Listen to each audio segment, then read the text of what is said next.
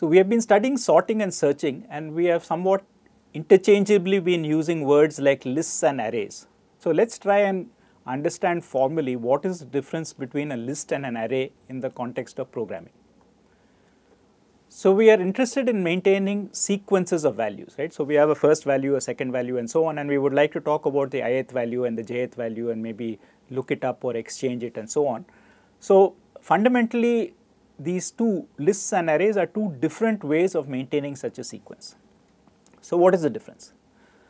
So a list, in the conventional understanding of the word, is a flexible length sequence, right? So it's a sequence that can grow and shrink. So the idea with a list is that you can modify its structure, and this we see in a built-in Python list, for example, because you can take a slice, for example, and replace it by a longer slice or a shorter slice. So you can expand and contract a Python list, you can append something to the beginning, you can delete a value in the middle. So the length can vary over time, right? But because of this, it's hard to put this list in a fixed place in memory, because the place that you require for the list may grow and shrink over time. So typically a list is scattered in memory. So we will come back to what this means, but it's think of a list as being dispersed. So you can't point to a segment of memory and say the entire list is sitting here. It might be sitting in a lot of places, right? An array, on the other hand, is typically something which is designed not to grow or shrink.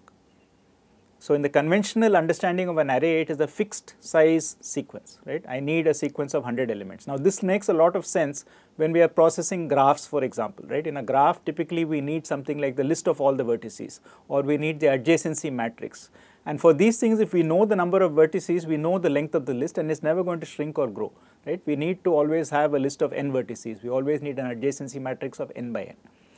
So if we have a fixed size, then we know in advance how much space we will need in memory, so we can go ahead and block that space, right? So this makes an array something which sits in a fixed space in memory, and this will help us, as we will see, access the elements in an array faster than accessing them in a list. So let's look at this in a little more detail. So a list, in this flexible sense, is typically a sequence of nodes. So each node has a value, and it will point to the next node in the sequence. So you don't have to tell in advance where these nodes are, because you can just ask each node to tell us where the next node is. So it's like following directions to go someplace. You don't know the way all the way, but you know that everybody in the neighborhood knows the way. So you ask the first person saying, I'm going in that way, which road should I take? You go to the next guy and you say, which road should I take? And you keep following these links, right? So the picture that we should have in mind is something like this, right? So we have these nodes, right? So each node has a value, and each node has this information which tells us where the next node is. So what we know typically is where the list begins. We could, if we want, keep information about where the last node in the list is. This might be helpful, for instance, if we want to extend it by adding one more value there without going through the whole list. But in principle, what we really need is this structure, which is often called a linked list.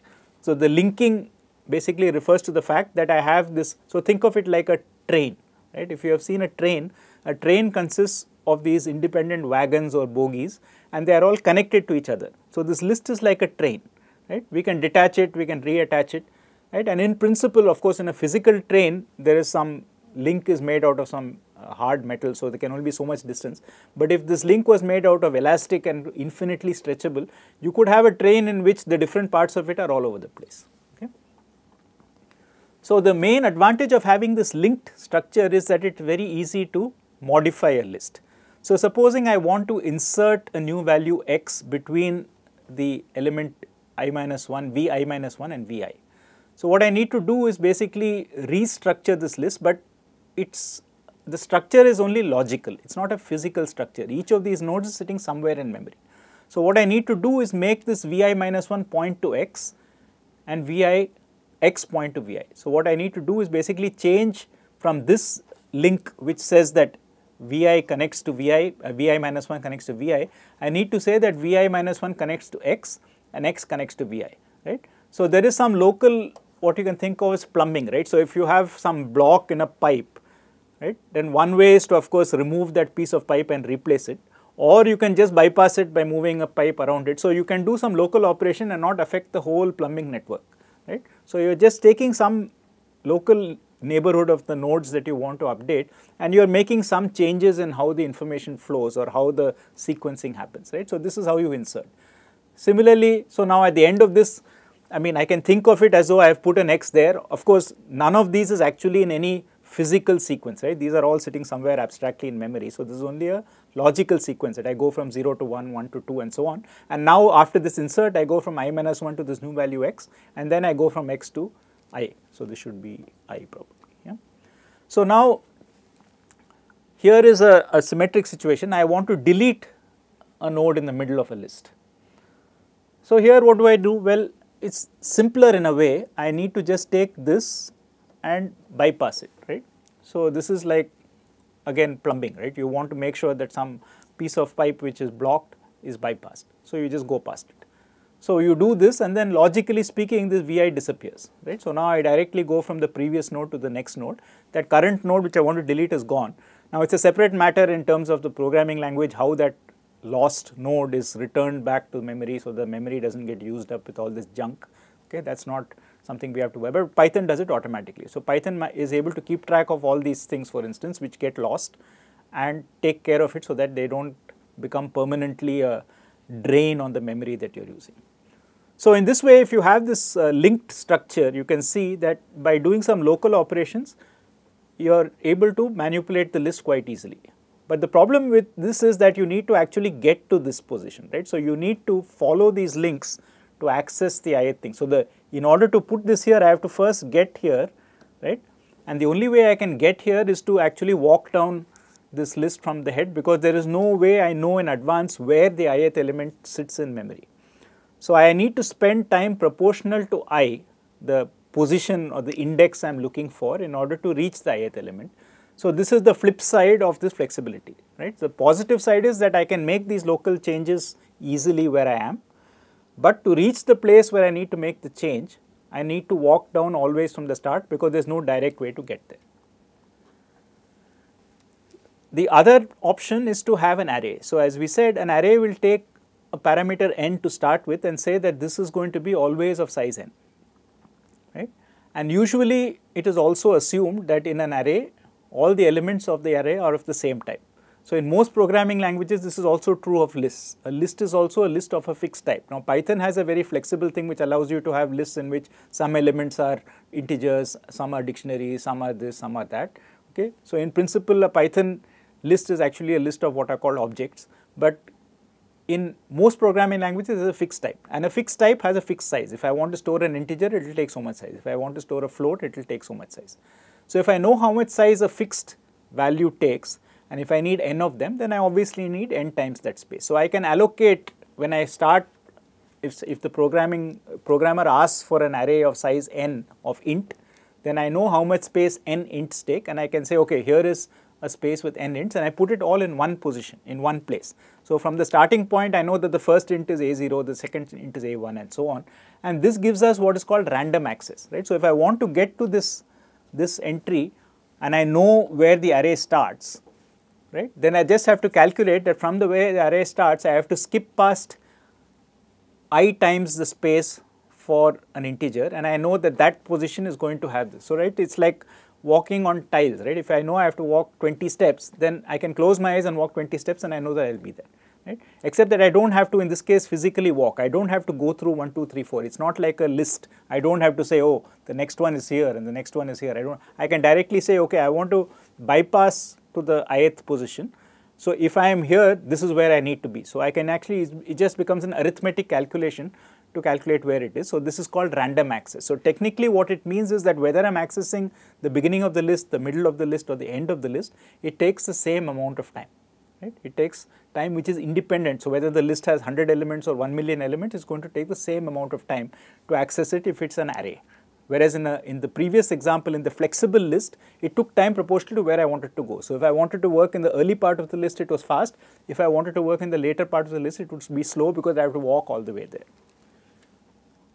Now, of course, this is not a situation where one is clearly better than the other. So what we have lost in an array is the flexibility, right? In a list, we could insert and delete things, so we could grow and shrink the list without any problem, provided we knew what to do, where we were.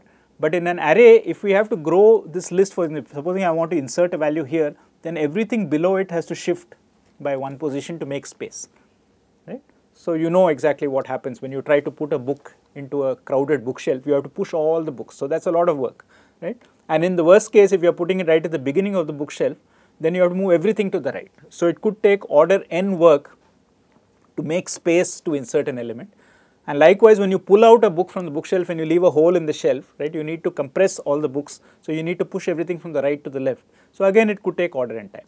So for our earlier thing, that plumbing was only a 2 or 3 step operation. In the neighborhood of the element I wanted to add or delete, I just have to move a few links, right? So that was a constant overhead. Only problem was to find out where I was. Here, even if I know where I am supposed to do it, it's going to take me in the worst case time proportional to the number of elements which are to my right. And that could be in the worst case order n, right? So to summarize, if I look at these two representations of sequences, right, the typical operations that we do when we are doing things like searching, sorting or manipulating arrays in general.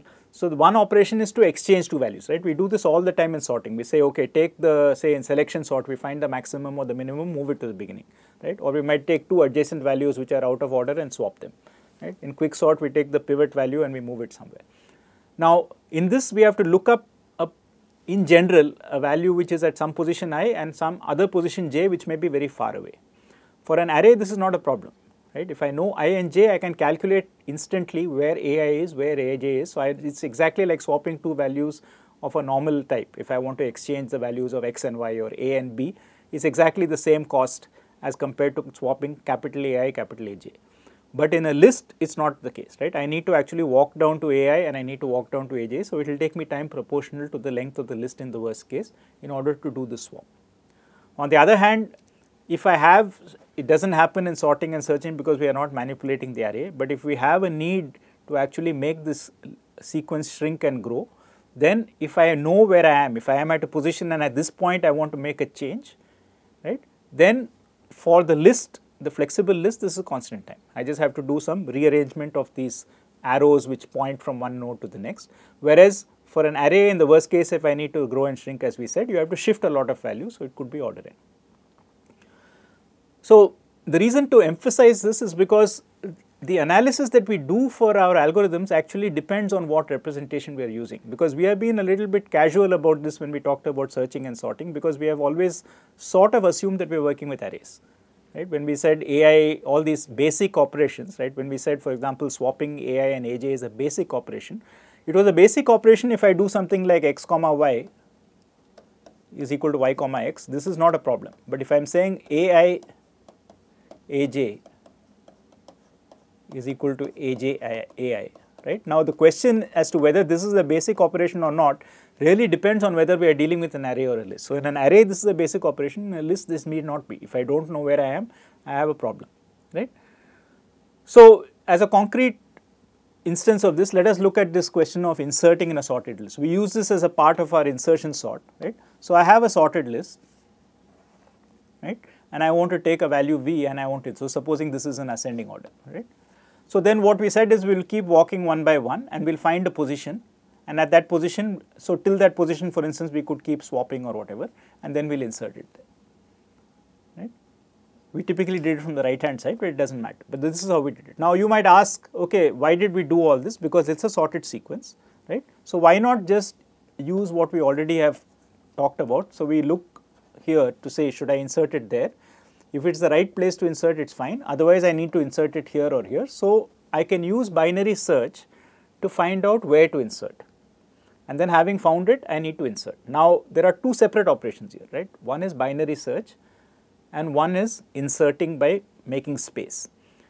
If I assume it is an array, then binary search is good because I can always go to the midpoint, I mean the 0 to midpoint, that quarter point or the 3/4 point in constant time. So binary search works well in an array, doesn't work so well in a list, because each time I have to calculate the midpoint in the list, I have to actually walk halfway down the list. So this part of it is good. Binary search works with arrays, but then I have to insert.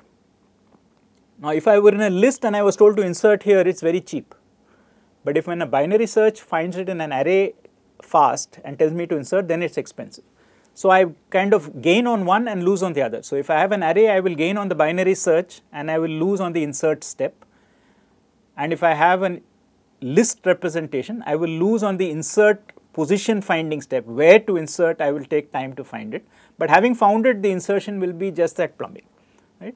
So, in some cases the trade-off is such that it does not matter. That is why we have been a little casual about insertion sort, just saying that the insert is order n, but it is not order n because of one or the other, it is because whichever you choose, one of these two operations will push it to order n, right. So, the operation that pushes it to order n is different. If it is an array, it is because of the insertion operation, and if it is a list, it is because of the finding the position operation. So, this is something to keep in mind. Whenever you are dealing with sequences, try to keep in mind whether you are dealing with lists or with arrays when you are doing the analysis especially. And also, of course, when you need it for a particular requirement, just think about whether the list or sequence you are using is going to be frequently changing. Is it dynamic? Is it going to be growing and shrinking? Or is it something which is fixed once and for all? So, all these factors come into play when you choose one of these two as a representation for the sequence that you need in your program. So, to summarize, sequences can be stored as lists or arrays. Okay, lists are flexible, but accessing an element takes linear time. And arrays support random access, but expansion and contraction take linear time, right. So, when we do an analysis of an algorithm, we have to take this into account.